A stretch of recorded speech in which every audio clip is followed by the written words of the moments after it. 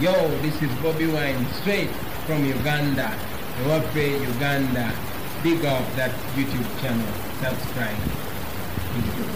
Kola brother wa sister. Bera mugumu. Ekyokuba tewasoma ng'osobola okukola ng'ofuna miliyoni osinga abasoma bitamwe babisula n'eddalu sigala ng'okola. Nkimanyi munyigirizibwa eyali alina vono oba yalina 6x6 kosula Kampala kati ng'osula ku ddeeka oba musula mu ddeeka abantu basatu please okubonaabona si kwe kufa. Bagamba kola ng'omuddu olye ng'omwami ffenna gye tuti twagalayo lwakuba twajja kukola. Ekyatuleme waka tukigobere tusigale ku mulimu nga tukikola. Newankubadde musanga obuzibu ne bakuvuma ne bakujolonga ne bakuwa emmere esigaddewo gye bakutte mu njagala okuwa college. Eyo si we wammwe wajja kukola. Mujjukire nti edda twabanga n'abantu be twayitanga abasasi abajjanga okusaka mu mpya zaffe ne basaka emmere kati essaazi ne batufuga. Remember, those who used to work for us previously or sometime back, they are the one right now in the State House treating us like animals. So whoever you are, any Ugandan you abroad, you went there for green pasture.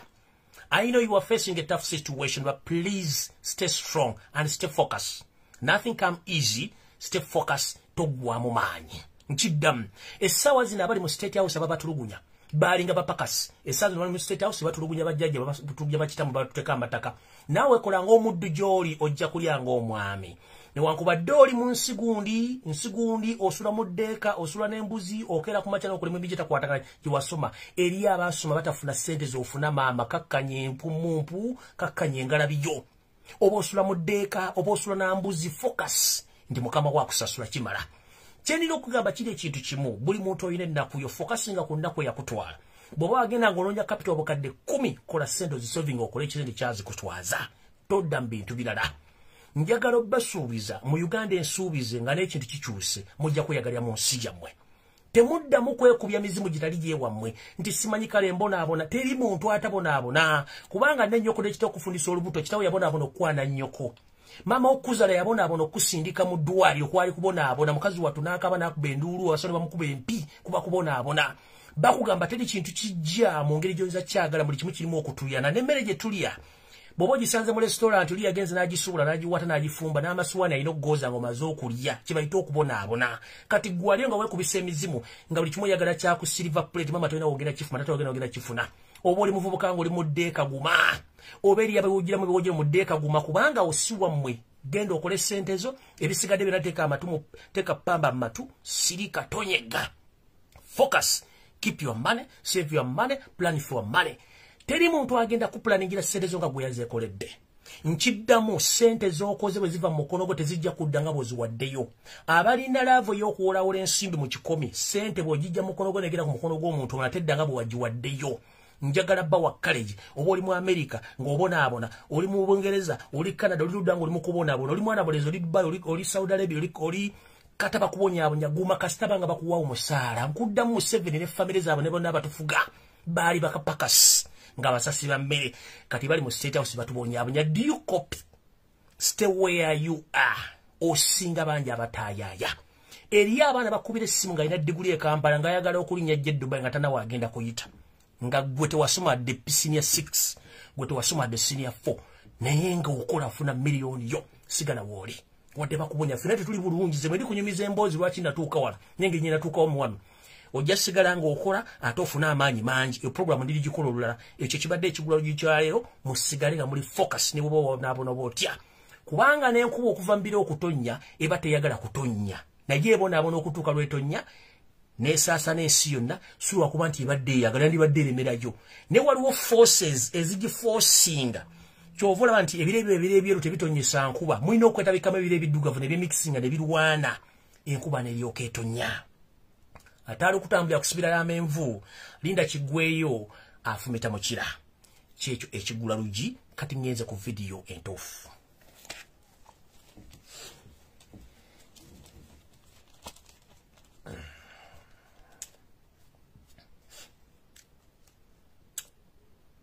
Mwetegese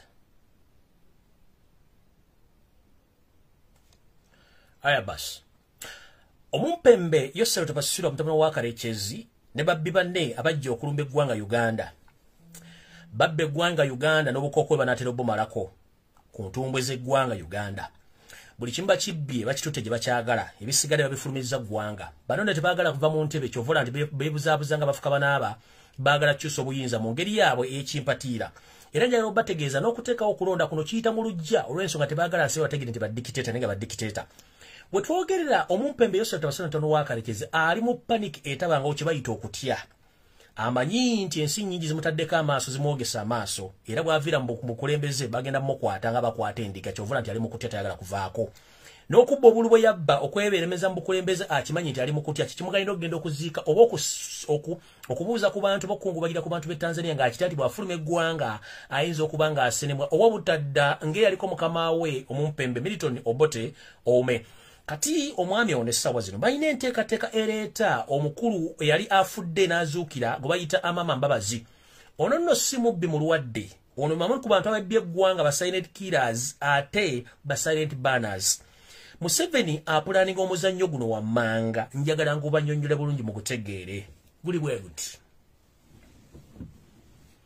Museveni akimanyi nti okulayira kwe kuli mu lusuubo 1 Museveni gwe mulaba oba ddame oba kolone oba mask Yosef Tibahabulwa Lutabayisirwa the son of Karekezi is tired of being the president of the Republic of Uganda due to the pressure emweyongera buli lunaku from abroad even ne state ne maje Museveni he knows exactly nti abantu bamukoowa 100% nchiddamu Yosef Tibahabulwa the son of Karekezi yakoowa ddofuga eggwanga Uganda and he was not supposed to stand again but his fellow mafias including his brother Sali Musare,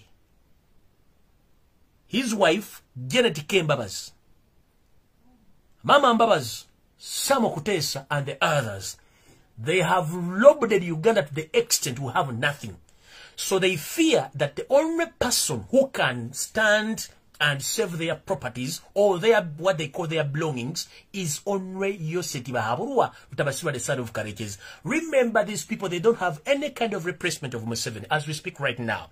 The entire family, if you pass through it, nobody can stand and lead this nation. Nowhere. So the only person whom they are planning to bring back is Amama Mbabas, a dead corpse, which is already treated so that it can be buried without stinking or smelling. Nchidamu. Museveni yengo omuntu yakoowa dda okufuga eggwanga. Naye abantu babadde afuga nabo ebbanga lyonna babbye eggwanga okulibulako okumala buli kimu bakitutte. Bali mu kutya okutabangawo nti Museveni bw'amala avaako ne bamala bamuggyako kifuba. Tebagenda sigaza kintu kyonna. Jjukira bano batadde investment ez'okubba ettaka, bazimbye ziwooteeri, bazimbye zimansioni, bazimbye zibbangalu. Muno mwe muli n'essente ze bainvestinze mu bannayuganda batandise basiruwaza nti bagagga nnyo naye nga ajjamu buuza ennyingiza n'ensaasa tasobola kunnyonnyola. Kati balina enteekateeka eri bweti ey'okuleeta Amama Mbabazi. Museveni apulaninga okuleeta Mbabazi nga vice president we. Nkiddamu. Museveni Yosef Tibahabulwa apulaninga okuleeta Amama Mbabazi nga vice president we mu gavumenti gy'asuula gy'agenda okulala gy'atajja kulayira. Ekiresa Amama Mbabazi nga vice president mumpulirize bulungi kiri bwe kiti. Museveni amanyi nti Muhoozi project yakubwa n'efa. Talina muntu gwagenda kuleeta. Lwabwogo tasobola kufuga ggwanga Uganda. Olw'ensonga Odrek Lwabwogo public temmanyi ate temwagala.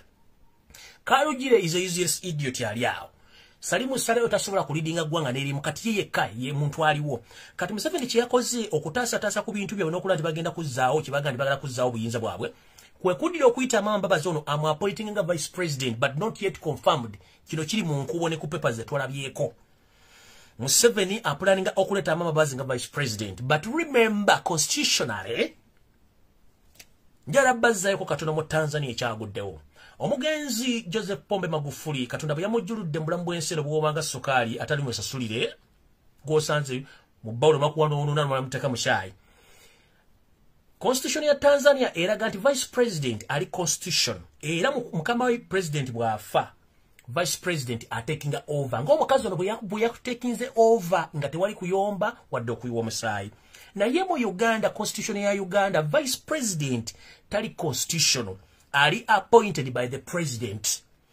If the vice president in Uganda is not constitutional, is just appointed by the president, that means this man, gentleman, Amama Mbabazi can't become the president directly as it happened in Tanzania because he's just appointed.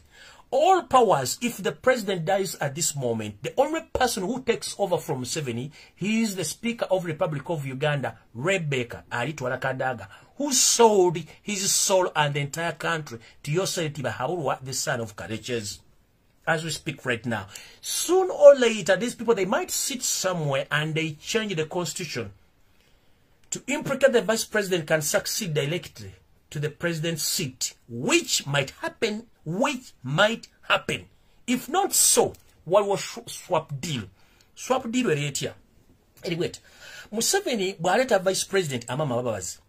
Basubiranga balota. Nti Museveni bwamala omulayiza. In fact, ne okulayiza kwa Museveni kuli bwe kuti. Baagala bamulayirize mu state house so si mu public kubanga batya. Era nga bali mu nteekateeka mulayiza mu state house kubanga batya basubira tewali bafuna dignity bagenda kujja ku mukolo guno kubanga Museveni worldwide nobody knows him as the leader of Uganda kubanga bamuwangula akalu flat. Kati baagala mulayiza mu state house bamala omulayiza waitewo ebbanga either emyezi ena ku mukaaga bwe binaba bibaddewo in case it happens sisuubira nti kinaabaawo. Museveni resigninge amama babazi immediately afuke president. Ambazi bamala okufuka president ava kuwa vice president nafuka president then ye neyeronda vice president, which vice president in make is already there, that is Wasanya Omutembeyi Karoli Wasanya Charles Peter Mayiga as his vice president. The law of Wasanya Karoli Omutembeyi Charles Peter Mayiga is to come all the Baganda in the central region, Buganda region. That is his law preparing, which it can't happen anywhere.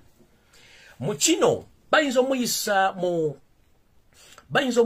mu NRM simanyi simis ko kusimba bita batese kasasiro yibayita mu yokulonda ebintu by'ekisimu simanyi ne president wa NRM simanyi bagenda muyisa babita batya NRM kokasi bamulete bamufloating ate bayinza omuyisa kubanga kakitegeza project ya muhozi yafa bagala kufloating ono mukana akakodyo Museveni ne swearing in agitia kubanga achimanyi wanzo kubawo lakas. Which lakas? I don't think he's going to be there because I don't think Museveni are going to swear in. You just mainly with just one mouth in that state house. Whatever comes for you is going to hurt you, is going to hunt you. You won't like it. It's better you resign before it's too late. Last week, between Thursday and Friday, you were planning a coup d'etat which failed. I don't know why. You've tried so many times to plan a coup d'etat, but there is a wrangle between the high-ranking officers and the first family, which Janet Kataha Museveni, she's also dreaming to lead in the nation. I don't know who's deceiving her. So, Janet, if your ancestors forcing you to dream to lead Uganda, better go back to Rwanda and ask your ancestral spirits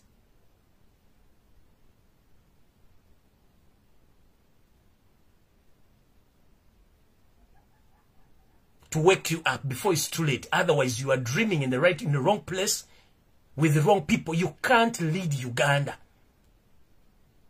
So, bano bwe tunuulira balowooza nti bo okuleeta ono bamuyisaawo nga vice president bapulaninga Museveni bw'amala okulayirako ng'amaze ayinza okufugako emyezi ena ku mukaaga n'aresigninga mu kuresigninga vice president ono bajja kuba bamaze okyusa constitution nga vice president ali constitutional vice president abeera constitution. Museveni yalina ekirozo bw'amala okulayira wali bagenda kyusa etteeka lino nga vice president alondebwa ali constitution. Bw'afuuka constitution Museveni the moment amaze okulayira wali n'afugako emyezi ena vice president oli bw'alisigning nga vice president afuuka president direct. Kati ono president akyuse afuuse president yabalonda vice president balonda ani Mayiga. Kati ke kakodyo ke balina naye obuzibu bwe buti nti constitution ya Uganda Museveni buli waateeka okutu yali alowooza gaddewo nawo ntanaggalawo. Sirusuubira nti mugenda kulayira bye tebiriiyo naye kyemmanyi ku mmwe mwennyini abaloota nti mugenda kudda mufuge eggwanga it is impossible. Kubanga amama ababazi gwe mulambo omufu ogutandise okunaazibwa gwambaziddwa gukubiddwa kalifuuwa gumaze okujjanjabya kye tuyita treatment gulemu okuwunyirira public baguleete bagu addressingire eggwanga mpwegenda okufuga Uganda. Mukulu Daddy Cop amama mbabazi, you a Daddy Cop and you stink. bwe ngamba ekigambo stink oba stinking kyekintu ekiwunya to the extent eyali atuuseeko yali atuuseeko ku National Water and Sewerage Corporation wali ku saidi zero bakyusa si kyamanyi ng'oyiseewo nga bali mu kutabula mu bintu ebyo oyinza okumala ewiki nga tolidde emmere oba yali ayiseeko emulago suweji waayo nga yabomose suweji w'emulago mu ddwaliro engeri gyawunyamu oyinza okumala omwaka nga tozzeemu kuwulira ku kintu kye baagala kuwulya nga kiwunya. So the so-called Honorable Amama Mbabazi, he stinks to the extent nobody can trust him because they are among the robbers, he among the silent killers, he's among the people who have planned all this ruckus in Uganda to the extent he had robbed the nation millions and billions of money, and he's not indigenous Uganda. He's the man who grew up in Burundi. He came a grown-up man. Sincerely speaking, if you want to ask this man his nationality, he can't tell you, because among those people who have been in Uganda reading us almost for 40 years, Mbabazi, he doesn't even know how to speak proper Luganda.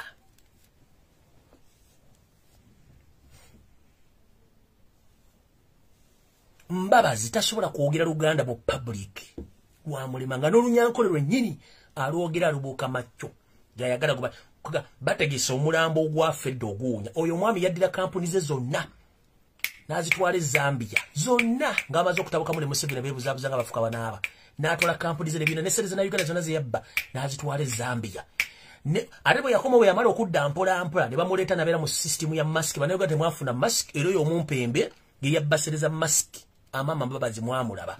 Kati badidde omulambo gwe baguleese bagunaazizza bagupimpinze bagukubye perfume bagutwitinze bagukubye empiso guleme kuwunya baguleeta baguzinze mu box mbu yagenda ofuuka president wa Uganda ng'oli amaze okulwe oli alina pressure obugere obuddaliddali bumusiiwa amaaso gamutuwaakadde olubuto lumukuba obugoma kuga pressure muli bubi n'emizimu gimuyita mukulu jangu eno watutta ate emyaka gigenze obukadde bufudde ku kyalo buweddewo ke kasigaddewo nako kalota kagenda kati mukulota kagenda kagamba nigwendekera ebintu byange. Kati nze neebuuza obutategera mwayonka buyonke mwasikira busikire whereby Museveni wajja toyina wadda peya ya underwear kyetuyita peya ya underwear z'essatu ku mukaga ku 12 wajja toweza adde underwear essatu nga toyina adde peya ze ngatte bbiri Janet gwe kenyini Mbabazi wajja otundanga omuyaayu waloka nakabya kabayita the amuyaayu wajja you have nothing ngera toyina kyomanyi. Kati right now mutufu badde kwegwanga mulibye mwagala dimalawo mwagala kuleta family ya mustiro esigale ngeri mbintu kuba bintu bya banna Uganda twagala bategeeza kino kimuliko kintu kikyamu nnyo mukulu njagala mwetegereze bintu bimukola kubanga bijja baswaza kati njala bagamba bakulu mwetereze bulungi mudemu tulya obufaananyi bwa Janet Mbabazi in fact yalinga buno bukire vakati muno bwetwasomanga mu English nayo course nga kambadde galubini nkalibwe kati mutunule nkalibwe ati esaazi nyo atufuto badde ku muyaga fuga gwanga.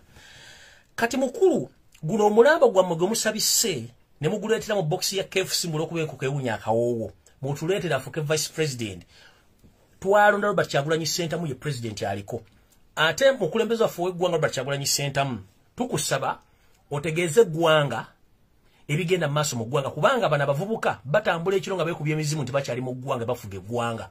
Otherwise abantu baagala action kati sawa zino kubanga tukwebala batamanya ngamba bagwira okututwalira ensi yaffe wewunye Salimu Sale kimututte mu North nga simu lugala yagenda kukula yoki mission yakubba ttaka lya mu North lyonna Malayina baana bayo batwala so no jala bategeeza eyo mission eyokuleta Mama Mbabazi mu vice president amali mu switching afuke president Mayiga jenga vice president yonna tugimanyi bulungi nnyo naye nga abantu bali mu kino kamba babanyene bulungi nnyo.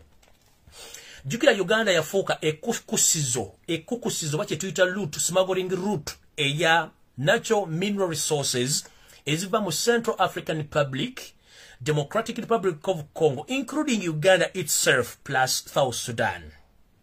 So if this is the smuggling route of all natural resources from different parts of Africa, there are some individuals who have interest in Uganda and they are in collaboration with those robbers to form other leaders to stay in power so that they can continue rob Africa, including Ugandans. These are as follow, including the lady called Linda Choka, a British national. We have Tony Blair, the former Prime Minister of the Republic of England. Then we have the former Archbishop of York, that is John Sentamu, the brother to Kayanja, Pastor Kayanja. These are the people behind. These are the people behind Amama Mbabazi placing Museveni to repress him, because they know that they are still robbing this nation to the extent they want all Ugandans to suffer, because they have their missions in Uganda. So, Mr. Tony Blair, the former Prime Minister of the Republic of England, Linda Choka and John Sentamu mumuze kungalabiza mwe kubanga Uganda anserimba na Uganda. Wulidde eno dame yammwe omulambo guno gudedi cop ogutambula gumubayindinze mugulete gufuke vice president. Museveni amalo kufuga ke myezi walina je mulo dreaminga munaja fuke vice afuke president mulonde guli omulambo guli emmengo kutubba muguje gufuke gwanga ebyo bifute mujja bifugayo simu Uganda over our dead bodies. So no entonga bweto betambula mugitegedde bulungi ensonga eyo nginze maaso.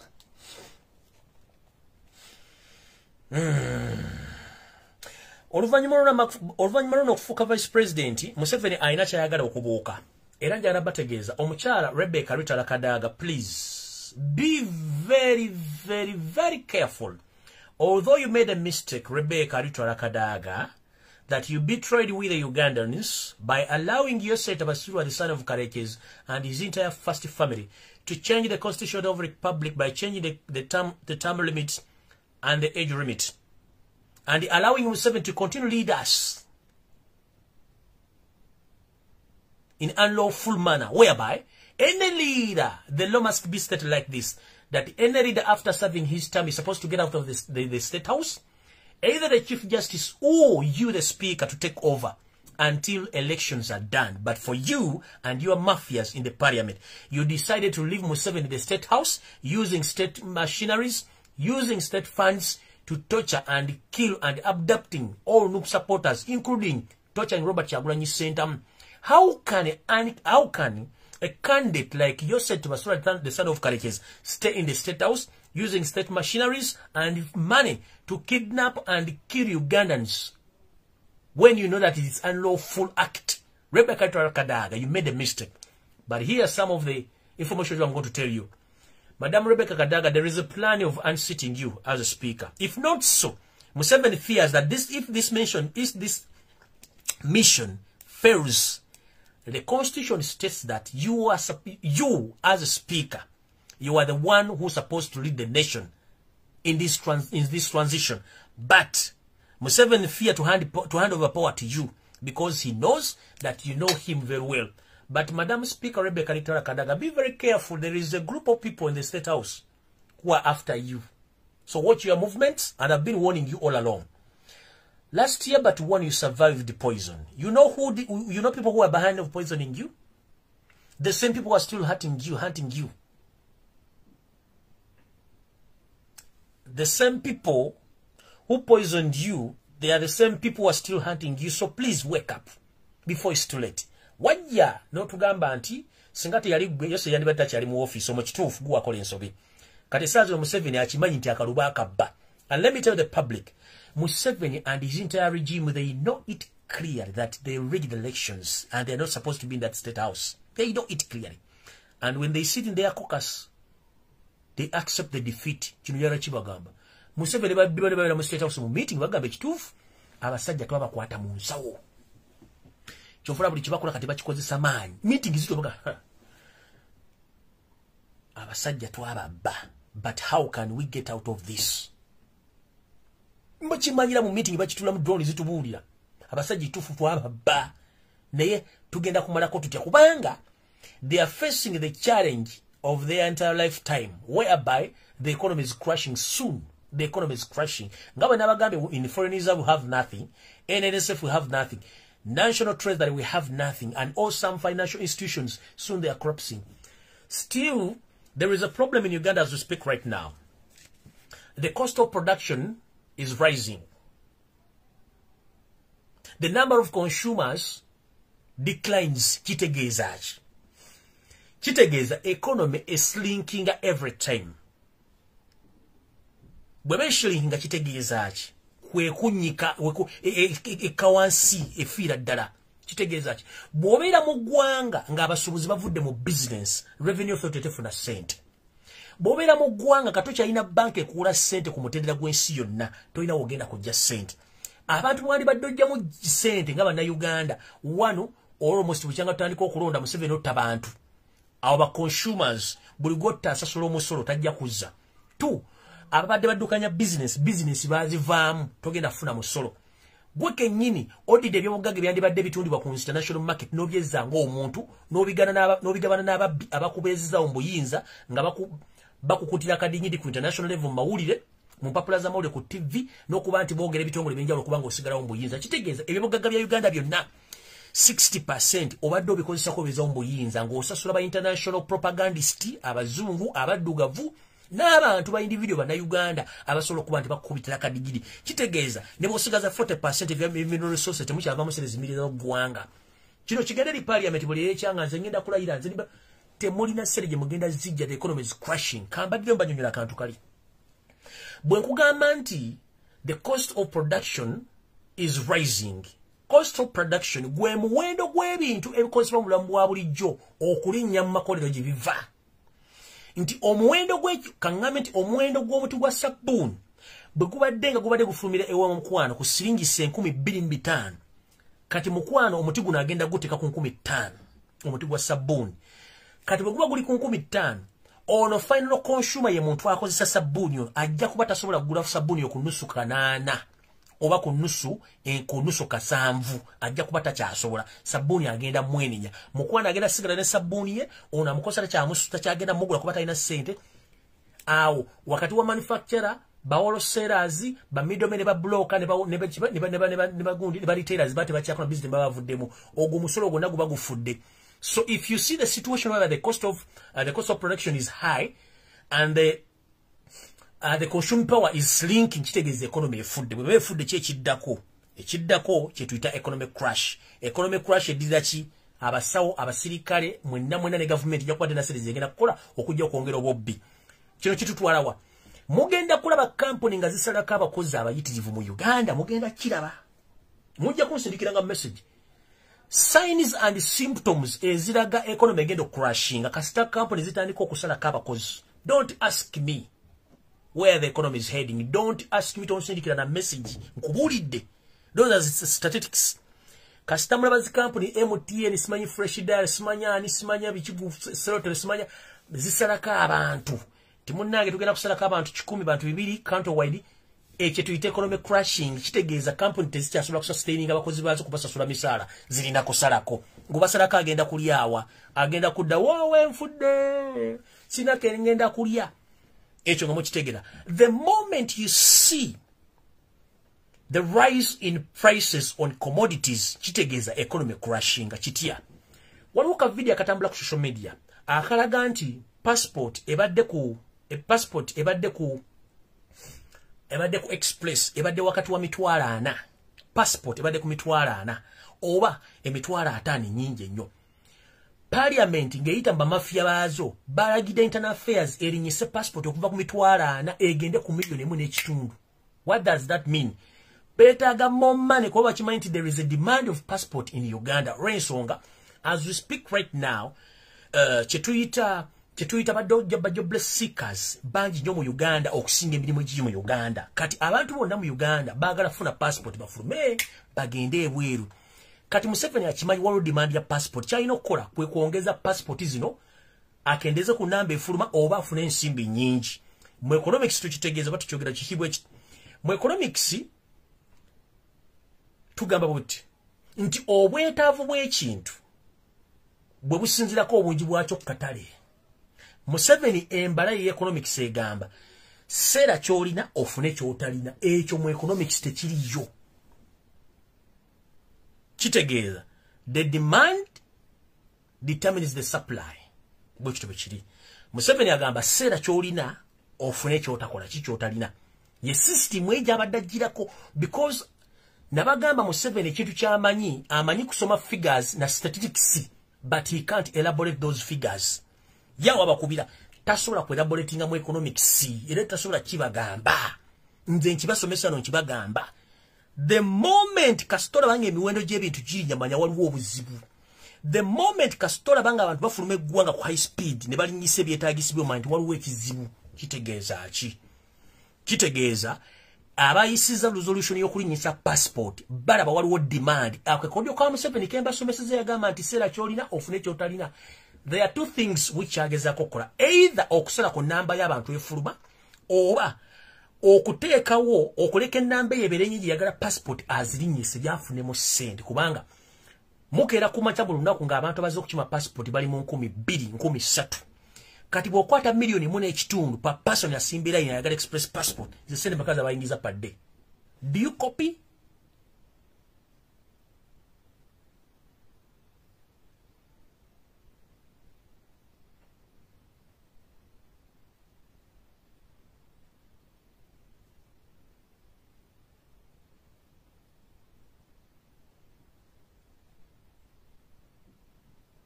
Munda obate mundaba.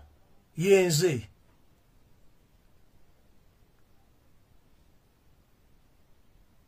Yenze byogera sina mulala nze mbyogera.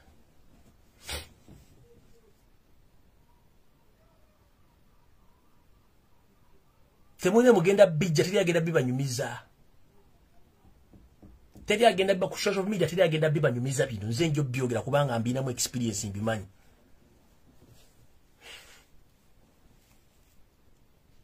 Oyego baita yose tabasula mtano wakarekeza akozesa advantage wabajagalide. They don't have money kubanga normal passport ebadde mitwalo 18 normal passport ogenda no je forms no jijuza nogenda ku LC1 LC2 LC3 nogende wa diso na kusayiningira ko na DC nogenda mubaka no sosule mitwalo jo 18 ne bakunogera ku note plazo nogenda ku interview ne bagamba come after 7 working days. That is the normal passport emitwalo ata. The normal passport cost emitwala bili ja Uganda through the nature or the real procedure whereby you go, you pick the forms at the internal affairs, you fill those forms and you go look for all possibility all the officers who are needed to sign on those papers, including chairman LC1 kuchalo kosula, chairman LC2 yewa parish, chairman LC3 yewe gombola, nediso akwasanganya ebyokwerinda ku gombola asemba yabera RDC to prove. Then bomala ekyo oyina risije baba kuwadde n'ogenda mu revenue ogenda mu banka gye bayita either bakugamba mu Orient oba Diamond Trust, those two banks where you go you pay ne bakuwa receipt n'ogizayo ne file yo ku internal affairs n'ogenda ku interview ne bakonamu they have acknowledge okureceiving a papers ne bagamba come after 7 working days to get your normal passport. But right now it has changed. Bwoba oyagala passport eri wakati w'emitwalo ana na ye ba mafia bali mu system bagambye passport egende ku 1.5 million Ugandan shillings. That is how much. Na Uganda abasomesa alwawo. Linda ko wano.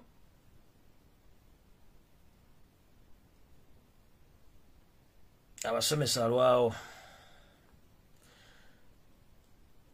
Na Uganda abasomesa alwawo. All right. Passport kati eya Uganda egula parliament aba mafia parliament abali mu state house bagambye passport kati bajagala $403.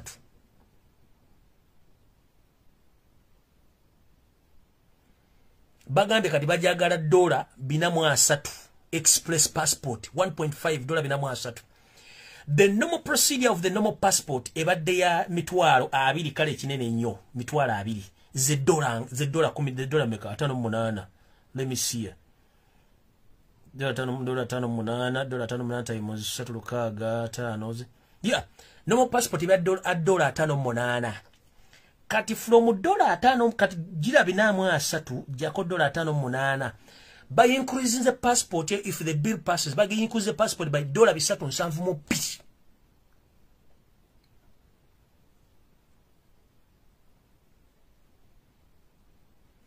Passport evude ku $5.8 linomo nga si express bade ya 7 days.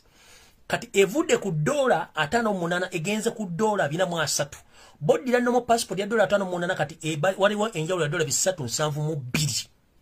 Bagala ki kukama baka maintain ekiberebere ne bakisikirako ebagala n'enywanto gisunako ne bagisika emimwa ne bagisika amatu waliwo asika omukira waliwo akutta omukugulu asika eno bagikuba ebikonde evaamu amatayi ne baginyonyogera esekanega yeyo Uganda buli mubbi wakwata kutula bukutuzi ente bagitwala abasajja batwala ente bagisibya eno akutta okutwasika eno asikutta okutwasika eno asika ebigere ono aliena akama ekibere bakikutte engalo zaabwe zafaafa ne bakyatukunyira basukusika Uganda gye tulimu.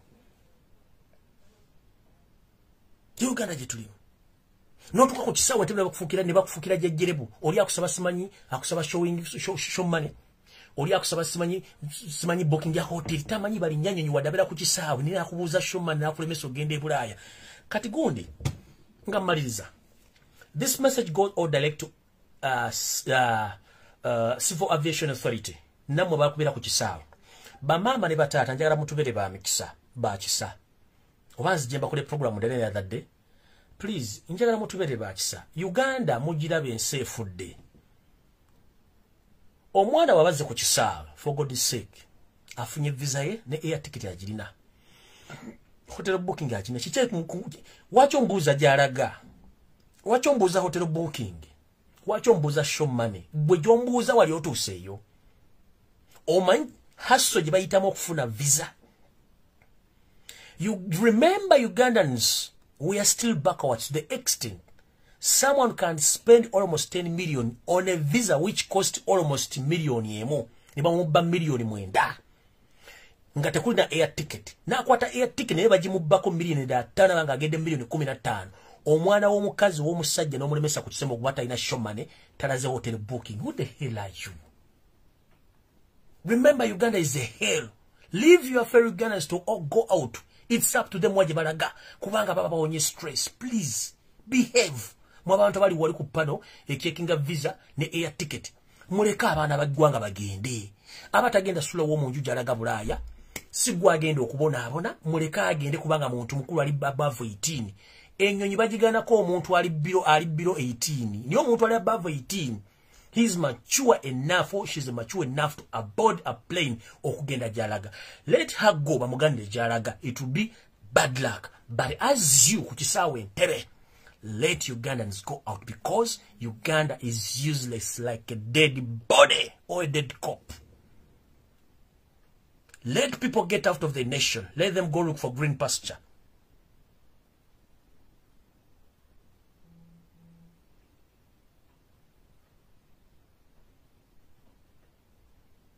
Let Ugandans get out of the hell bagende beize chikumi. Gwamubuza air ticket. Do you know how much the air ticket costs? Ambuza show money. Do you know how much money those people spend on those visas? Mbukozinga getting you are too late. The plane has already crossed. Mind checking has already crossed. As a you, enyonyi ya jajao. Olina jana kilo za matoke zili kila 5 zili ku air ticket nomugamba ngata matoke mangi nnyo gakendeze ogalekwa no license gatwala gwaga mugulidde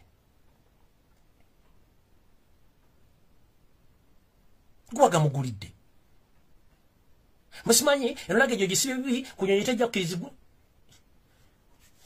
nguliyanga n'obusungu bukuluma kwa ulya n'obusuli matubwagala kuva mu kubanga bana Uganda muri mabega nnyo.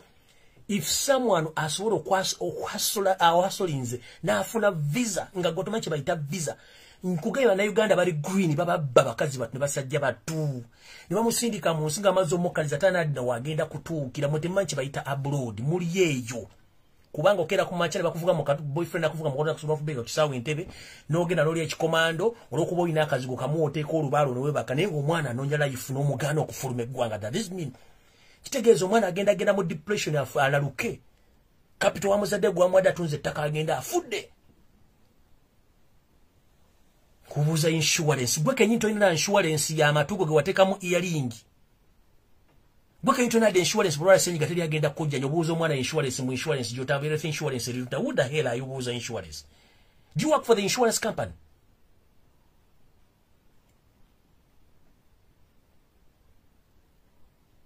Behave like Ugandans and be so patriotic. Leave other people to board those planes because you are less concerned about where they are going because they have been given visas and have their air ticket. Why do you ask a lot of questions? Let them go and get lost where they are heading, but not get lost at the airport, at their motherland, because they have spent a lot of money in such project. Never ever stop anyone at the airport, because you don't know what is taking place in Uganda. Uganda is a hell on earth. You even confiscate people's passport and air tickets. And you satisfied with the salary you get on the airport. But if you're not satisfied with the salary you get on the airport, just vanish and leave the job because not paying you well. Then disturbing and stopping people are getting out.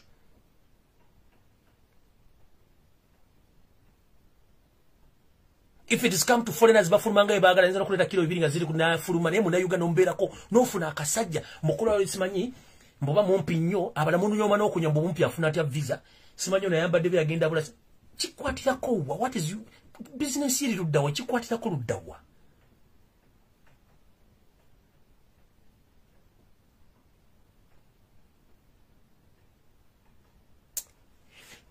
Bana Uganda munyiza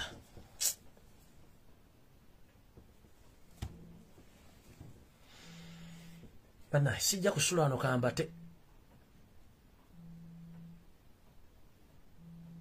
Let Ugandans get lost where they are heading, but not get lost at their motherland because they are tired. Omuntu watukira okutunda akayumba ke oba atunze akamotoka ko batunze embuzi zo bante oba muzadde atunze ku ttaka ly'omukyaleri ebijjasi ndiko omwana agende ku kyeyo kati gwe simanyi tindimana tindinyewa simetu ndigundi simetu yandianira omulemesa kubanga oli musoga muganda oba mukiggaga omulemesa kubanga olina akasajja gotoma enyonyo zigwa ne zimu kato girinyangako kubanga you have a command on your heart or you have a woman on your heart olaba omwana muto simanya agenda abroad. If someone is 18 and above aina rights ziri nyenyonyi tetaga muntu amugoberera. The only person who must be stopped below 18. Do you copy? Mufulinga bana Uganda omuntu atakkirizibwa kulinnya nnyonyi abeera below 18 olina omubuuza ebbaluwa y'abazadde be oba omuzadde okumugirako, but if not so anyone who is below, anyone who is above 18, aina right is from eggwanga nga aina passport ne visa.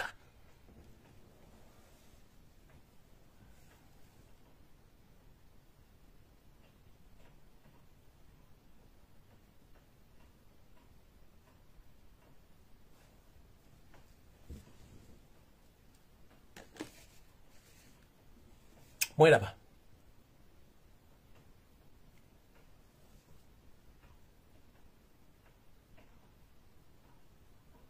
Yumba ngoli eyo tewebaka olya bubi ensimbi olimo tebakusasula naye nga ate kisinga okubeera lye Kampala njala kuwa college mu Uganda ina jali ebulaaya naye nga omanyi nti wasoma n'omukulu okufuna Kampala njala kuwa college n'obuvumu otegeere nti osinga bangi abatayaaya whereby nti njala kuwa omutima n'obuvumu obukulabisa nti oli muntu mugumu nnyo wonna woli newakubadde nti oli mu kubonaabona bagamba okubonaabona si kwe kufa ne wankubadde nti abonaabona ebiseera ebisinga bejjusa nnyo bisaagala wejjuse wooli omalirawo njala kuwulira kulerako bisatu nga sinafundikira kigula lugi kino oli mu kiyumba bakubonyaabonya oli mu kukola naye ng'ofuna miliyoni emu n'okusingawo naye nga omuntu eyasoma alina diploma by degree mu kubala ebitabo nga accountant obanga tera obanga bank manager ng'afuna miliyoni emu naye nga gomanyi kale tewasoma naye nga ate olina omulimu nkimanyi osinga bangi abatayaaya oli mugumu nnyo sigala ng'okola ogamba nti tewasoma naye ng'ofuna miliyoni emu ng'omusajja gwe bataddemu SFSAP n'emitwalo 8 ng'omusinga yakutulugunya kusigala ng'okola omusawo ajjanjaba abantu yasoma naye ng'afuna mitwalo 8 nga gwe ali mu house oba ali mukola mu factory ofuna miliyoni sigala ng'okola brother oba sister beera mugumu ekyokuba nga tewasoma ng'osobola okukola ng'ofuna miliyoni osinga abaasoma ebitambo nebibasula n'eddalu sigala ng'okola nkimanyi munyigirizibwa eyali alina vono oba alina 6x6 kosula Kampala kati ng'osula ku ddeeka oba musula mu ddeeka abantu basatu please okubonaabona si kwe kufa bagamba kola ng'omuddu olye ng'omwami ffenna gye tuti twagalayo lwakuba twajja kukola ekyatuleme waka tukigobere tusigale ku mulimu nga tukikola newankubadde musanga obuzibu ne bakuvuma ne bakujolonga ne bakuwa emmere esigaddewo gye bakutte mu njagala okuwa college eyo si wewammwe wajja kukola mujjukire nti edda twabanga n'abantu be twayitanga abasasi abajjanga okusaka mu mpya zaffe ne basaka emmere kati essaawa zino we batufuga. Remember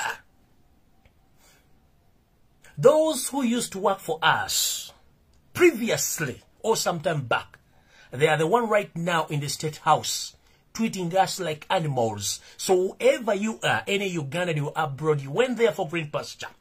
I know you are facing a tough situation, but please stay strong and stay focused. Nothing come easy. Stay focused. Togwa mumanyi. Nchidam. Esawa zina abali mu State House ababatulugunya. Balinga bapakasi. Esawa zina abali mu State House batulugunya bajaji batulugunya bakitamu batuteka amataka. Nawe kola ng'omuddu gy'oli ojja kulya ng'omwami. Newankubadde oli mu nsigundi osula mu ddeeka osula n'embuzi okera ku makya n'okulima embi gyetakwatagana gye wasoma eri abasoma batafuna ssente z'ofuna maama kakkanya empumumpu kakkanya engalabiyo oba osula mu ddeeka oba osula n'ambuzi focus nti mukama waakusasula kimala kyenira okugamba kiri ekintu kimu buli muntu olina ennaku yo focusinga ku nnaku eyakutwala bw'oba wagenda ng'olonja capital obukadde 10 kola ssente ozisolving okole ekizindi kyazikutwaza todda mu bintu birala njagala basuubiza mu Uganda ensuubize nga n'ekintu kikyuse mujja kweyagalira mu nsi yammwe temuddamu kwekubya mizimu gitali gyewammwe nti simanyi kale mbonaabona teri muntu atabonaabona kubanga nennyoko n'ekita okufundisa olubuto kitawo yabonaabona okukwana nnyoko maama okuzala yabonaabona okusindika mu ddwaliro kwali kubonaabona mukazi wattu n'akaba n'akuba enduulu abasana bamukuba empi kuba kubonaabona bakugamba teri kintu kijja mu ngeri gy'oyinza kyagala buli kimu kirimu okutuyana n'emmere gye tulya Bobo gisanze mu restaurant uli agenze n'agisuula n'agiwata n'agifumba n'amasuwani alina okugoza ngo maze okulya kibayita okubonaabona kati gwali nga weekubisa emizimu nga buli kimu oyagala kyaku silver plate mama tolina wogera kifuna nate wogera kifuna oba oli muvubuka nga oli mu ddeeka guma oba eri abawugiramu biwogere mu ddeeka guma kubanga osiwa mmwe genda okole ssente zo ebisigadde byonna teeka amatu teeka pamba mu matu sirika tonyega focus keep your money save your money plan for money teri muntu agenda kuplaningira ssente zo nga gwe yazeekoledde nkiddamu ssente z'okoze bwe ziva mu mukono gwo tezijja kudda nga bw'oziwaddeyo abalina laavu y'okuwolawola ensimbi mu kikomi ssente bw'ogijja mu mukono gwo negera ku mukono gw'omuntu omulala tedda nga bwe wagiwaddeyo njagala bba wa college oba oli mu America ng'obonaabona oli mu Bungereza oli Canada oli ludda ng'oli mu kubonaabona oli mwana bulezi oli Dubai oli Saudi Arabia oli kata bakubonyaabonya guma kasita banga bakuwa omusaala nkuddamu 7 ne family zaabwe ne bonna abatufuga baali bakapakasi nga basasi ba mmere kati bali mu State House batubonyaabonya do you copy stay where you are osinga bangi abataayaya eri abaana bakubira essimu nga alina diguli e Kampala nga ayagala okulinnya jje Dubai nga tanawe agenda kuyita nga gwe tewasoma de senior 6 gwe tewasoma de senior 4 naye nga okola afuna miliyoni yo sigala wooli wadde bakubonya fena tetuli bulungi ze mwedi kunyumiza emboozi lwaki natuuka wala nenge nyina natuuka omuwano ojja sigala nga okola ate ofuna amaanyi mangi e program ndiri gikola olulala ekyo kibadde ekigula gikyaleero musigale nga muli focus ne bwo naabona botya kubanga n'enkuba okuva mbira okutonnya eba teyagala kutonnya naye ebonaabona okutuuka lwetonya nesaasa n'ensi yonna siwa kuba nti ebadde eyagala ndibadde eremerayo ne waliwo forces ezigiforcinga kyova olaba nti ebire ebyeru tebitonyesa nkuba mulina okwetabikamu ebire ebiddugavu ne byemikisinga ne birwana enkuba neryoka etonya atali okutambulira kusibira amenvu linda kiggweyo afumita mukira kyekyo ekigula lugi kati ngenze ku video entuufu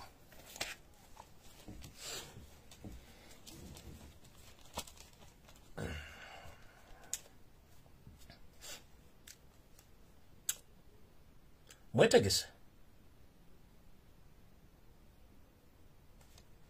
aya basi omumpembe yosero tabasira mutabano wa Karekezi ne babbi banne abajja okulumba eggwanga Uganda babbe eggwanga Uganda n'obukoko banatero bomalako ku ntumbwe z'eggwanga Uganda buli kimba kibbye bakitutte gye bakyagala ebisigadde babifulumiza ggwanga bano ne tebaagala kuva mu ntebe kyovola nti beebuzaabuzanga bafuka banaaba baagala kyusa obuyinza mu ngeri yaabwe ekimpatiira era njagala obategeeza n'okuteekawo okulonda kuno kiyita mu lujja olw'ensonga tebaagala nsi bategere nti baddikiteeta naye nga baddikiteeta bwe twogerera omumpembe yosera tabasana ntono wa Karekezi ali mu panic etabanga kye bayita okutya amanyi nti ensi nnyingi zimutaddeko amaaso zimwogesa amaaso era bw'aviira mu mukulembeze bagenda mukwata nga bakwata endiga kyovula nti ali mu kutya tayagala kuvaako n'okubba obulu bwe yabba okwebeeremeza mu bukulembeze akimanyi nti ali mu kutya kikimugalina okugenda okuziika oba okubuuza ku bantu bokungubagira ku bantu b'e Tanzania ng'akitya nti bw'afuluma eggwanga ayinza okuba ng'asenemwa oba butadda ng'eyaliko mukama we omumpembe Milton Obote Ome kati omwami ono essaawa zino balina enteekateeka ereeta omukulu eyali afudde n'azuukira gwe bayita Amama Mbabazi ono nno si mubbi mulwadde ono mamu ku bantu ababbye eggwanga ba silent killers ate ba silent banners. Museveni apulaninga omuzannyo guno wammanga njagala nkubanyonnyole bulungi mu kutegeere guli bwe guti. Museveni akimanyi nti okulayira kwe kuli mu lusuubo. 1. Museveni gwe mulaba oba ddame oba kolone oba mask Yosseriti Bahaburu Tabaisura, the son of Kareches, is tired of being the president of the Republic of Uganda due to the pressure from abroad, even Nemu State, Nemaje. Museveni, he knows exactly abantu bamukowa 100%. Nchidam Yosseriti Bahaburu, the son of Karekezi, yakowa dofuge gwanga Uganda, and he was not supposed to stand again. But his fellow mafias, including his brother, Sari Musare, his wife, Janet Mbabas, Mama Mbabas, Samo Kutesa, and the others, they have robbed Uganda to the extent we have nothing. So they fear that the only person who can stand and save their properties or their what they call their belongings is only Yoseti Bahaburua, the son of Kareches. Remember, these people, they don't have any kind of replacement of Museveni as we speak right now. The entire family, if you pass through it, nobody can stand and lead this nation. Nowhere. So the only person whom they are planning to bring back is Amama Mbabas, a dead cop, which is already treated so that it can be buried without stinking or smelling. Nchidam. Museveni yengo omuntu yakowa dda okufuga eggwanga. Naye abantu babadde afuga nabo ebbanga lyonna babbye eggwanga okulibulako okumalako buli kimu bakitutte. Bali mu kutya okutabangawo nti Museveni bw'amala avaako ne bamala bamuggyako kifuba tebagenda sigaza kintu kyonna. Jjukira abantu batadde investment ez'okubba ettaka, bazimbye ziwooteeri, bazimbye zimansioni, bazimbye zibbangalu. Muno mwe muli n'essente ze bainvestinze mu bannayuganda batandise basiruwaza nti bagagga nnyo naye nga ajjamu booza ennyingiza n'ensaasa tasobola kunnyonnyola. Kati balina enteekateeka eri bweti ey'okuleeta Amama Mbabazi. Museveni apulaninga okuleeta Mbabazi nga vice president we. Nkiddamu. Museveni Yoseti Bahabwa apulaninga okuleeta Amama Mbabazi nga vice president we mu gavumenti gy'asuula gy'agenda okulala gy'atajja kulayira. Ekiresa Amama Mbabazi nga vice president mumpulirize bulungi kiri bwe kiti. Museveni amanyi nti muhoozi project yakubwa n'efa. Talina muntu gw'agenda kuleeta. Lwabwogo tasobola kufuga ggwanga Uganda. Olw'ensonga Odrek Lwabwogo public temanyi ate temwagala. Kalugire is a useless idiot yali awo. Salimu Sale tasobola kulidinga ggwanga n'erimu kati yekka ye muntu aliwo. Kati Museveni kye yakoze okutaasa ku bintu byabwe n'okulaba nti bagenda kuzzaawo kye bagamba bagala kuzzaawo buyinza bwabwe. Kwe kuddira okuyita Amama Mbabazi ono am appointing nga vice president but not yet confirmed. Kino kiri mu nkubo ne ku papers ze twalabyeko. Museveni apulaninga okuleeta Amama Mbabazi nga vice president, but remember constitutionally njala bazzaayoko Katonda mu Tanzania ekyaguddewo. Omugenzi Joseph Pombe Magufuli Katonda bwe yamujjuludde mu bulamu bw'ensi obwobanga sukaali atali mwesasulire gw'osanze mu bbawulo makuwano onunana mulamuteeka mu caayi. Constitution ya Tanzania eraga nti vice president ali constitution era mukama we president bw'afa vice president atakinga over ng'omukazi ono bwe yakutekinze over nga tewali kuyomba wadde okuyiwa omusaayi. Naye mu Uganda, constitution ya Uganda, vice president tali constitutional, ali appointed by the president. If the vice president in Uganda is not constitutional, is just appointed by the president, that means this man, gentleman, Amama Mbabazi, can't become the president directly as it happened in Tanzania because he's just appointed. All powers, if the president dies at this moment, the only person who takes over from Museveni, he is the Speaker of the Republic of Uganda, Rebecca Aritwala Kadaga, who sold his soul and the entire country to Yosseriti Bahabwa, the son of Kareches. As we speak right now. Soon or later, these people, they might sit somewhere and they change the constitution to implicate the vice president can succeed directly to the president's seat, which might happen. If not so, what was swap deal? Swap deal with it here. Anyway, Museveni bwaleta vice president Amama Mbabazi. Basubiranga balota. Nti Museveni bwamala omulayiza. In fact, ne okulayiza kwa Museveni kuli bwe kuti. Baagala bamulayirize mu state ya so si mu public kubanga batya. era nga bali mu nteekateeka embulaiza mu State House kubanga batya basuubira tewali bafuna dignity bagenda kujja ku mukolo guno kubanga Museveni worldwide nobody knows him as the leader of Uganda kubanga bamuwangula akalu flat kati baagala mulayiza mu State House bamala omulayiza wayitewo ebbanga either emyezi ena ku mukaaga bwe binaba bibaddewo in case it happens sisuubira nti kinaabaawo Museveni resigninge amama Mbabazi immediately afuke president Mbabazi bamala okufuuka president ava kuwa vice president n'afuuka president then ye neyeronda vice president which vice president in make is already there that is Wasanya Omutembeyi Kaloli Wasanya Charles Peter Mayiga as his vice president. The role of Wasanya Kaloli Omutembeyi Charles Peter Mayiga is to come all the Baganda in the central region, Buganda region. That is his lodge, preparing, which it can't happen anywhere. Muchino, bayinza omuyisa mu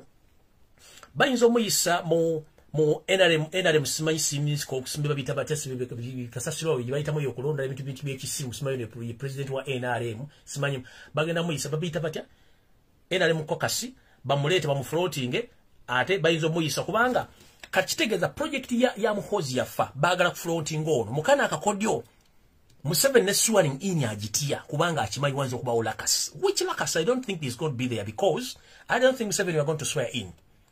You just mainly with just one month in that State House. Whatever comes for you is going to hurt you, is going to hunt you. You won't like it. It's better you resign before it's too late. Last week, between Thursday and Friday, you were planning a coup d'etat, which failed. I don't know why. You've tried so many times to plan a coup d'etat, but there is a wrangle between the high-ranking officers and the first family, which Janet Kataha Museveni, she's also dreaming to lead the nation. I don't know who's deceiving her. So Janet, if your ancestors forcing you to dream to lead Uganda, better go back to Rwanda and ask your ancestral spirits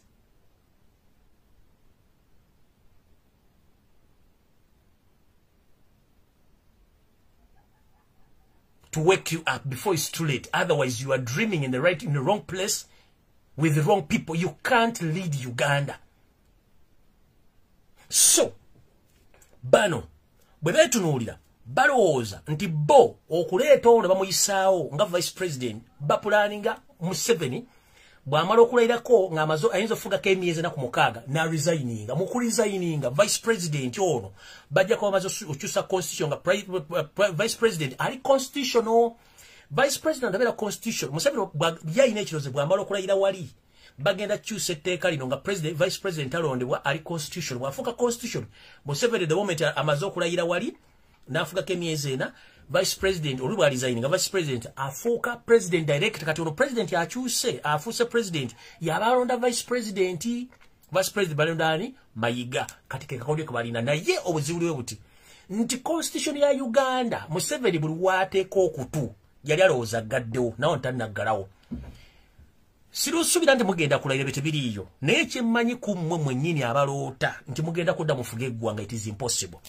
kubanga amama Mbabazi gwe mulambo omufu ogutandise okunaazibwa gwambaziddwa gukubiddwa kalifuuwa gumaze okujjanjabya kye tuyita treatment gulemu okuwunyirira public baguleete bagu addressingire eggwanga mpwegenda okufuga Uganda mukulu Daddy Cop amama Mbabazi you a Daddy Cop and you stink bwe ngamba ekigambo stink oba stinking kyekintu ekiwunya to the extent eyali atuuseeko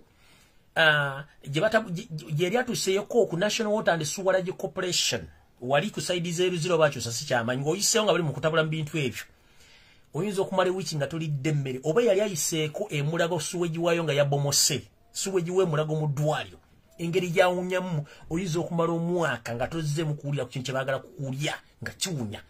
So the so-called Honorable Amama Mbabazi, he stinks to the extent nobody can trust him because they are among the robbers, he is among the silent killers, he is among the people who have planned all this fracas in Uganda to the extent He had robbed the nation millions and billions of money, and he's not indigenous Uganda. He's the man who grew up in Burundi. He came a grown-up man.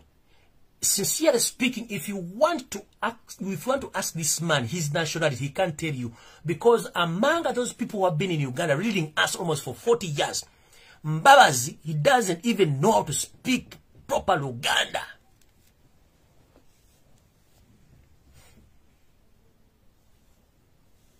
Mbabazi tasobola kwogera Luganda mu public. Wamulimanga n'olunyankole lwennyini alwogera lubuuka macco. Jayagala kuba bategese omulambo ogwafedde oguunya. Oyo mwami yaddira kampuni ze zonna n'azitwala Zambia. Zonna ng'amaze okutabukamu ne Museveni beebuzaabuza nga bafuka banaaba. N'atwala kampuni ze nebina n'essereza na Uganda zonna ze yabba n'azitwala Zambia. Ate bwe yakoma bwe yamala okudda mpola mpola ne bamuleeta nabeera mu system ya mask. Banauganda temwafuna mask era oyo omumpembe ge yabbasereza mask. Amama Mbabazi mwamulaba. Kati badidde omulambo gwe bagulese bagunaziza bagupimpinze bagukubye perfume bagutweetinze bagukubye empiso guleme kuunya baguleta baguzinze mu box. Mbu yagenda fuka president wa Uganda ngoli amaze okulwe. Oli ayina pressure obugere obuddalidali bumusiiwa amaaso gamutuwakadde olubuto lumukuba obugoma kuga pressure muri bubi n'emizimu gimuyita mukulu jangwe ne watutta ate emyaka gigenzo bukadde bufudde ku kyalo buweddewo ke kasigaddewo. Nako kalota kagenda kati mukulota kagenda kagamba nigwendekera ebintu byange. Kati nze nebuuza obutategera mwayonka buyonke mwasikira busikire whereby Museveni wajja toyina wadda peya yanda weya kituita peya yanda weya zessatu ku mukaga ku 12 wajja toweza de underwear yesatu nga toyina de peya ze nga tebbiri Janet gwe kenyini Kembabazi wajja otundanga omuyayu waloka nakabya kabaita de amuyayu wajja you have nothing ngira toyina kyomanyi. Kati right now mutufu badde kwegwanga mulibye mwagala dimalawo mwagala kuleta family ya mustiro sigalenge eri bintu kuba bintu bya banna Uganda twagala bategeeza kino kimuliko kintu kikyamu nnyo mukulu njagala mwetegereze bintu bimukola kubanga bijja baswaza kati njala bagamba bakulu mwetereze bulungi mudemu tumye mufana ibwa Janet Kembabazi in fact yalinga bulo bukire vakati mulo botwasoma nga mu English nayo course nga kamba de galubini kalibu kati mutunule ngalibu ati esazi ni atufuto badde ku muyaga fuga gwanga kati mukulu guno omulambo gwa mugwe musabise ne muguletera mu box ya KFC mulo kubenko kewunya akawowo mutuletera afuke vice president twalonda Robert Kyagulanyi center mu ye president aliko ate mukulembeza afuwe gwanga Robert Kyagulanyi center mu tukusaba otegeze gwanga ebigenda maso mu gwanga kubanga bana bavubuka batambula ekiro nga bekubye emizimu ntibakyali mu gwanga bafuge gwanga. Otherwise abantu bagala action kati sawa zino kubanga tukwebala batamanya ngaba bagwiro kututwalira ensi yaffe wewunye Salimu Sade kimututte mu North nga simu lugala yagenda kula yoki mission yakubba ttaka lya mu North lyonadde malaina baana bayo batwala sono jala bategeeza eyo mission eyokuleta mama Mbabazi mu vice president amaliba mu switching afuke president Mayiga jenga vice president yona tujimanyi bulungi nnyo nenga abantu bali mu kino kamba babanyene bulungi nnyo. Jukira Uganda yafuuka ekukusizo bache tuita route smuggling route eya natural mineral resources eziva mu Central African Republic, Democratic Republic of Congo, including Uganda itself plus South Sudan.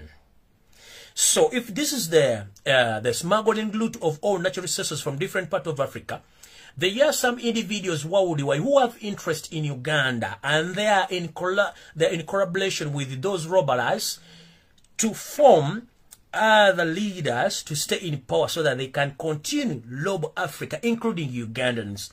These are as follow, including the lady called Linda Choka, a British national. We have Tony Blair, the former Prime Minister of the Republic of England. Then we have the former Archbishop of York, that is John Sentamu, the brother to Kayanja, Pastor Kayanja. These are the people behind Amama Mbabazi placing Museveni to repress him because they know that they are still robbing this nation to the extent they want all Ugandans to suffer because they have their missions in Uganda. So, Mr. Tony Blair, the former Prime Minister of the Republic of England, Linda Choka and John Sentamu mumuze kungalabiza mwe kubanga Uganda anserimba na Uganda. Buulidde eno ddame yammwe omulambo guno gu dead cop ogutambula gwe mubayindinze muguleete gufuke vice president. Museveni amala okufugako emyezi wali na gye mulo dreaminga munajja afuke president mulonde guli omulambo guli emmengo gutubba mugujje gufuke eggwanga ebyo bifute mujja bifugayo si mu Uganda over our dead bodies. So no entonga bweto bwetambula mugitegedde bulungi ensonga eyo nginze maaso.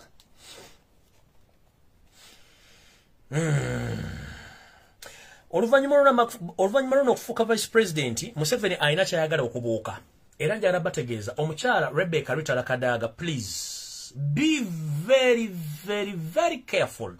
Although you made a mistake, Rebecca Rutala Kadaga, that you betrayed with the Ugandans by allowing your Senator Basirwa, the son of Karekes, and his entire first family to change the constitution of the republic by changing the term limit and the age limit, and allowing Museveni to continue to lead us in unlawful manner, whereby any leader, the law must be stated like this, that any leader after serving his term is supposed to get out of the State House, either the Chief Justice or you, the Speaker, to take over until elections are done. But for you and your mafias in the parliament, you decided to leave Museveni in the State House, using state machineries, using state funds to torture and kill and abducting all NUP supporters, including torturing Robert Kyagulanyi Ssentamu.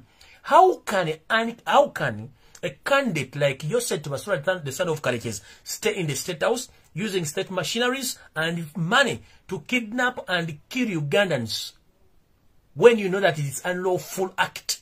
Rebecca Kadaga, you made a mistake. But here are some of the information I'm going to tell you. Madam Rebecca Kadaga, there is a plan of unseating you as a speaker. If not so, Museveni fears that if this mission fails, the constitution states that you as a speaker, you are the one who's supposed to lead the nation in this transition. But Museveni fears to hand over power to you because he knows that you know him very well. But Madam Speaker Rebecca Kadaga, be very careful. There is a group of people in the State House who are after you. So watch your movements, and I've been warning you all along. Last year, but when you survived the poison, you know people who are behind of poisoning you? The same people who are still hunting you. The same people who poisoned you, they are the same people who are still hunting you. So please wake up before it's too late. Wajja no tugamba anti singate yali gwe yose yandibata kyali mu office omu kituufu guwa kola ensobi. Kati sazo Museveni akimanyi nti akaluba akabba. And let me tell the public, Museveni and his entire regime, they know it clearly that they rigged elections and they're not supposed to be in that State House. They know it clearly. And when they sit in their caucus, they accept the defeat. Kinuyara kibagamba. Museveni bali mu State House mu meeting bagamba ekituufu abasajja twabakwata mu nsawo. Chofura buli kibakola kati bakikozesa maanyi. Meeting zito baga. Abasajja twababba. But how can we get out of this? Mbachimanyira mu meeting bachitula mu drone zitubuulira. Abasajja tufu twababba. Naye tugenda kumalako tutya kubanga they are facing the challenge of their entire lifetime, whereby the economy is crashing soon. The economy is crashing. Ngaba nabagambe in foreign reserve we have nothing. NSF we have nothing. National Treasury we have nothing, and all some financial institutions soon they are collapsing. Still, there is a problem in Uganda as we speak right now. The cost of production is rising. The number of consumers declines. Kitegeeza economy is slinking every time. Bwebe shrinking kitegeeza kwe kunyika kawansi efira ddala. Kitegeeza ki bw'obeera mu ggwanga ng'abasuubuzi bavudde mu business, revenue authority tefuna ssente. Bw'obeera mu ggwanga katoki alina banka ekuula ssente ku mutendera gw'ensi yonna, tolina wogenda kujja ssente. Abantu mwali badde ojjamu ssente nga bannayuganda wano almost bukyanga tutandika okulonda Museveni otta bantu. Abo ba consumers buli gwotta asasula omusolo tajja kuzza. Ababadde baddukanya business bazivaamu togenda kufuna musolo. Gwe kennyini odidde ebyobugagga byandibadde bitundibwa ku international market n'obyezza ng'omuntu n'obigabana n'ababbi abakubeezezaawo mu buyinza nga bakukutira kadingidi ku international level mu mawulire mpapula za mawulire ku TV n'okuba nti boogera ebitongole ebyenjawulo kubanga osigalawo mu buyinza. Kitegeeza ebyobugagga bya Uganda byonna 60% obadde obikozesako biza mu buyinza ng'osasula ba international propagandist abazungu abaddugavu n'abantu ba individual bana Uganda abasobola okuba nti bakubitira kadigiri. Kitegeeza ne bosigaza 40% ebya mineral resources temukyavamu sente zimirira ggwanga. Kino kigenda eri parliament buli yekyanga nze ngenda kulayira nze temulina sere gye mugenda zijja, the economy is crashing. Kambadde mbanyonyola akantu kali. Bwe nkugamba nti the cost of production is rising. Cost of production gwe muwendo gw'ebintu ebikozesebwa mu bulamu bwa bulijjo okulinnya mu makolero gye biva. Nti omuwendo kaŋŋambe nti omuwendo gw'omuti gwa sabbuuni bwe gubadde nga gubadde gufulumira ewa mukwano ku siringi 2,500 kati mukwano omuti guno agenda guteeka ku 5,000 omuti gwa sabbuuni. Kati bwe guba guli ku 5,000 ono final consumer ye muntu akozesa sabbuuni ajja kuba tasobola kugula sabbuuni ku nusu 8 oba ku nusu 7 ajja kuba takyasobola. Sabbuuni agenda mwenenya. Mukwano agenda sigala ne sabbuuni ye ono amukozesa takyagenda mugula kuba talina ssente. Awo wakati wa manufacturer ba wholesalers ba middlemen ba broker ne bagundi ne ba retailers bate bakyakona business babavuddemu ogwo musolo gwonna guba gufudde. So if you see the situation where the cost of production is high and the consuming power is slinking, kitegeeza economy efudde. Bwe efudde ekiddako kye tuyita economic crash. Economic crash edira ki? Abasawo abasirikale mwenna ne government ejja kukwata nasere zigenda kukola okujja okwongera obubbi. Kino kitutwalawa. Mugenda kulaba kampuni nga zisalako abakozi abayitirivu mu Uganda, mugenda kiraba. Mujja kunsindikiranga message. Signs and symptoms eziraga economy egenda crashing. Kasita company zitandika okusalako abakozi. Don't ask me where the economy is heading. Don't ask me to nsindikira na message. Nkubulidde. Those are statistics. Kasita mulaba zi company MTN simanyi fresh dial simanya bikibu serotel simanya zisalako abantu. Timunnange tugenda kusalako abantu 10 bantu 2 countrywide. Ekyo tuyite economic crashing. Kitegeeza company tezikyasobola kusustaining abakozi baazo kubasasula misaala zirina kusalako. Ngubasalako agenda kulyawa, agenda kudda waawe nfudde sina ngenda kulya. Ekyo nga mukitegeera. The moment you see the rise in prices on commodities, kitegeeza economic crashing kitya. Waliwo ka video akatambula ku social media akalaga nti passport ebadde ku express ebadde wakati wa mitwalo 4. Passport ebadde ku mitwalo 4 oba emitwalo 5 nyingi nnyo. Parliament ngeyita mba mafia baazo balagide internal affairs erinyise passport okuva ku mitwalo 4 egende ku milioni 1.5. What does that mean? Betaaga more money kuba kimanyi nti there is a demand of passport in Uganda. Rensonga as we speak right now chetuyita jobless seekers bangi nnyo mu Uganda okusinga emirimu giri mu Uganda. Kati abantu bonna mu Uganda baagala kufuna passport bafulume bagende ebweru. Kati Museveni akimanyi waliwo demand ya passport. Kyalina okukola kwe kuongeza passport zino akendeze ku namba efuluma oba afune ensimbi nyingi. Mu economics tukitegeeza batukyogera kikibwe ekiti. Mu economics tugamba buti nti obwetaavu bw'ekintu bwe businzirako obungi bwakyo ku katale. Museveni embala ye economics egamba sera kyolina ofune kyotalina. Ekyo mu economics tekiriyo. Kitegeeza the demand determines the supply. Bwekito bwekiri. Museveni agamba sera kyolina ofune kyotakola kikyotalina. Ye system eja abadajirako because nabagamba Museveni ekintu kyamanyi amanyi kusoma figures na statistics but he can't elaborate those figures. Yawa bakubira tasobola ku elaboratinga mu economics era tasobola kibagamba. Nze nkibasomesa no nkibagamba. The moment kasitola bange emiwendo gy'ebintu girinyamanya waliwo obuzibu. The moment kasitola banga abantu bafuluma eggwanga ku high speed ne balinyisa ebyetaagisibwa omanyi waliwo ekizibu. Kitegeeza ki?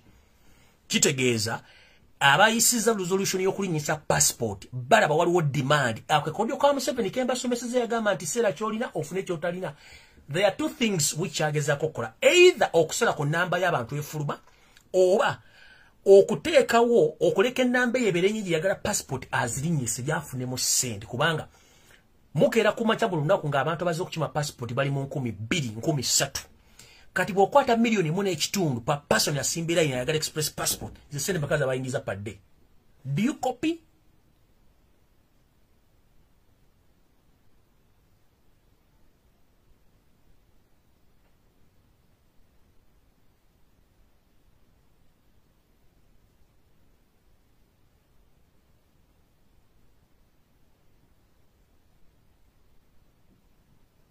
Munda obate munda ba. Yenze.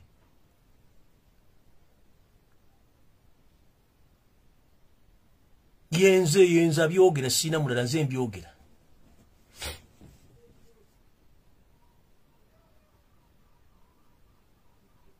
Temune mugenda bijja teri agenda bibanyumiza.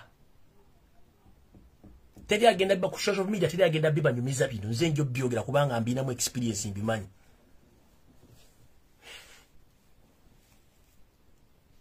Oyego baita yourself abasura mtano wakarekeza akozesa advantage wabajagalide. They don't have money kubanga normal passport ebadde mitwalo 18 normal passport ogenda no je forms no jijuza no genda ku LC1 LC2 LC3 no gende wa diso na kusayiningira ko na DC no genda mubaka no sosole mitwalo jo 18 ne bakuna ogenda ku note plazo no genda ku interview ne bagamba come after 7 working days. That is the normal passport emitwalo ata. Nchidam, the normal passport cost emitwala village Uganda through the nature or the real procedure whereby you go, you pick the forms at the internal affairs, you fill those forms and you go look for all possibility or all the officers who are needed to sign those papers, including chairman LC1 kuchalo kosula, chairman LC2 yewa parish, chairman LC3 yewe gombola, nediso akwasanganya ebyokwerinda ku gombola asemba yabera RDC to prove. Then bomala ekyo oyina receipt baba kuwadde n'ogenda mu revenue ogenda mu banka gye bayita either bakugamba mu Orient oba Diamond Trust, those two banks where you go you pay ne bakuwa receipt n'ogizayo ne file yo ku internal affairs n'ogenda ku interview ne bakonamu they have acknowledged oku receiving a paper ne bagamba come after 7 working days to get your normal passport. But right now it has changed. Bwoba yagala passport iri wakati w'emitwalo ana na ye ba mafia bali mu system bagambye passport egende ku 1.5 million Ugandan shillings. That is how much. Na Uganda abasomesa alwawo. Linda ko wano.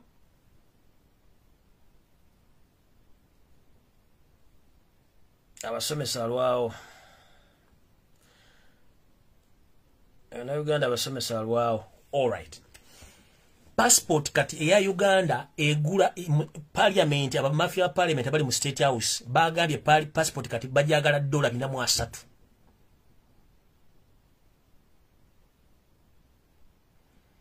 Bagambye kati bajagala $403 express passport $1.5 The normal procedure of the normal passport ebadde ya mitwalo 2 kale kinene nnyo mitwalo 2 $10 meka 5.8.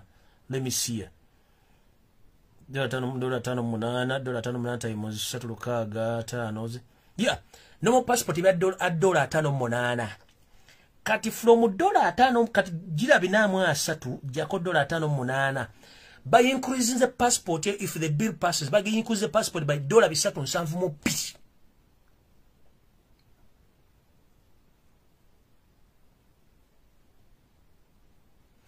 Passport evude ku $5.8 linomo nga si express ebade ya 7 days. Kati evude ku $5.8 egenze ku $4.3. Bodi la normal passport ya $5.8 kati waliwo enjawulo ya $3.7. Bagala ki kukama baka maintain ekiberebere ne bakisikirako bagala n'enywanto gisunako ne bagisika emimwa ne bagisika amatu waliwo asika omukira waliwo akutta omukugulu asika ero bagikuba ebikonde vaamu amatayi ne baginyonyogerese kanega yeyo Uganda buli mubbi wakwata kutula bukutuzi ente bagitwala abasajja batwala ente bagisibya eno akutta okutwasike no asikutta okutwasike no asikirigere ona aliena kama ekibere bakikutte engalo zaabwe zafaafa ne bakyatukunyi nabasukusika Uganda gye tulimu. Uganda gye tulimu. N'otuuka ku kisaawe ate ne bakufukira jjajjerebu oli akusaba simanyi akusaba show money oli akusaba simanyi booking ya hotel tamanyi bali nyanyonyi wadabera ku kisaawe nina akubuuza showman nakulemesa ogenda e Bulaaya kati gundi nga mmaliriza. This message goes all direct to Civil Aviation Authority. Namwe bakubira ku kisaawe. Bamama ne batata njagala mutubere ba mikisa ba kisa. Obanzi jemba kule program the other day. Please njagala mutubere ba kisa. Uganda mujirabe ensefudde. Omwana wabaze ku kisaawe for God's sake. Afunye visa ye ne air ticket agirina. Hotel booking agirina. Kiche wacho mbuza jaraga. Wacho mbuza hotel booking. Wacho mbuza show money. Bwe jombuza wali otuseyo. Omanyi hasso gye bayitamu okufuna visa. You remember Ugandans, we are still backwards to the extent someone can spend almost 10 million on a visa which cost almost million yemo. Niba mubba million mwenda. Nga tekuli na air ticket. Na akwata air ticket ne bagimubbako million da tana banga agende million 15. Omwana w'omukazi w'omusajja n'omulemesa ku kisembo kubata ina show money talaze hotel booking. Who the hell are you? Remember, Uganda is a hell. Leave your fellow Ugandans to all go out. It's up to them waje balaga. Kubanga baba onye stress. Please, behave. Mwabantu bali wali ku pano, checking a visa, ne air ticket. Muleka abana bagwanga bagende. Abatagenda sula wo munju jalaga Bulaaya. Sigwa agenda okubona abona. Muleka agende kubanga muntu mukulu ali above 18. Enyonyi bagigana ko omuntu ali biro 18. Niyo muntu ali above 18. He's mature enough, or she's mature enough to aboard a plane okugenda jalaga. Let her go bamugande jalaga. It will be bad luck. But as you kuchisawe ntebe, let Ugandans go out because Uganda is useless like a dead body or a dead cop. Let people get out of the nation. Let them go look for green pasture.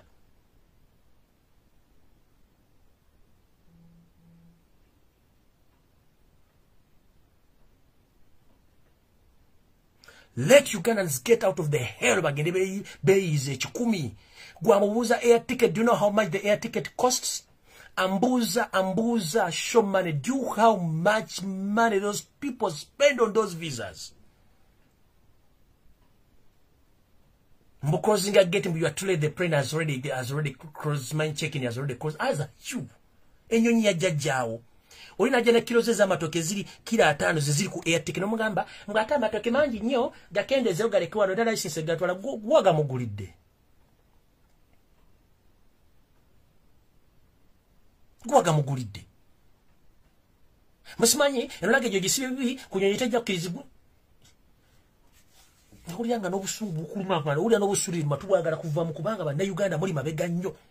If someone asobola okwasolinze n'afuna visa nga gotomachi bayita visa nkugeba na Uganda bali green baba bakazi batu ne basajja batu ne bamusindika mu nsinga amazo mokaliza tana adina wagenda kutuukira mutemanchi bayita abroad muri yeyo kubanga okera ku machane bakuvuga mu boyfriend akuvuga mu kusoma fubega kisawe ntebe n'ogenda n'oli ekikomando olwokuba olina akazigo kamuoteeka olubalo ne webaka naye ng'omwana anoonya life n'omuganda okufuluma eggwanga. That is mean kitegeeza omwana agenda mu depression alaluke capital wa muzadde gwamwadde atunze ettaka agenda afudde. Kubuuza insurance gwe kenyini tolina insurance y'amatugo ge wateekamu earring. Gwe kenyini tolina insurance bulwala senyiga teri agenda kujja nyobuuza omwana insurance mu insurance gy'otabeera insurance eriruta. Who the hell are you buuza insurance? Do you work for the insurance company?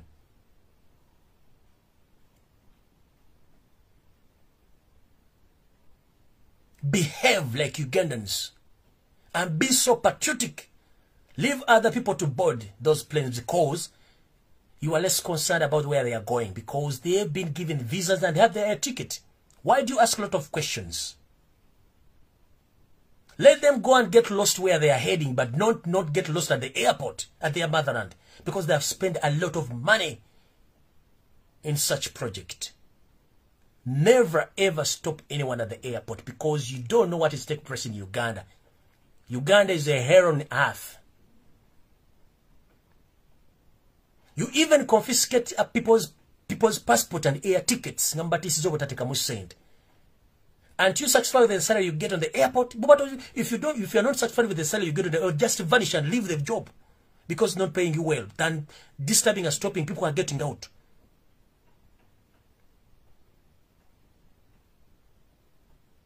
If it is come to foreigners bafulumanga ebagala nzana kuleta kilo 2 nga ziri kuna fuluma ne muna Uganda omberako nofuna akasajja mukulu wa simanyi mboba mumpi nnyo abala munu nyoma n'okunyambo mumpi afuna atya visa simanyi na yamba debe agenda abula kikwatirako what is you business iri luddawa kikwatirako luddawa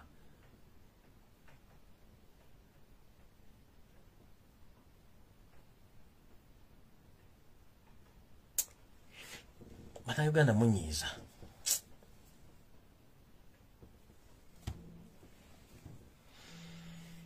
bana sijja kusula ano kambate let Ugandans get lost where they are heading but not get lost at their motherland because they are tired omuntu watukira okutunda akayumba ke oba atunze akamotoka ko batunze embuzi zo bante oba muzadde atunze ku ttaka ly'omukyaleri ebijjasi ndiko omwana agende ku kyeyo kati gwe simanyi tindimana tindinyewa simetu ndigundi simetu ya ndianira omulemesa kubanga oli musoga muganda ba mukigaga omulemesa kubanga olina akasajja gotoma enyonyo zigwa ne zimu kato girinyangako kubanga you have a command on your heart or you have a woman on your heart olaba mwana muto simanya agenda abroad if someone is 18 and above aina rights ziri nyenyo nyitetaga muntu amugoberera the only person who must be stopped below 18 do you copy mufulinga bana Uganda omuntu atakirizibwa kulinnya nnyonyi abera below 18 oyino mubuze baluwa y'abazadde bo oba omuzadde okumujjirako but if not so anyone who is below anyone who is above 18 aina right is from eggwanga nga aina passport ne visa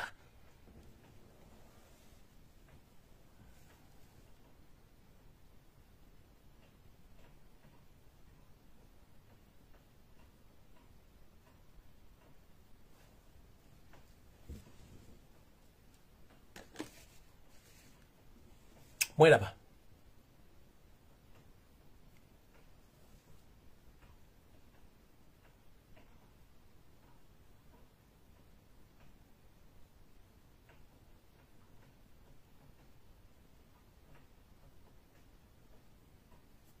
Yo, this is Bobi Wine straight from Uganda.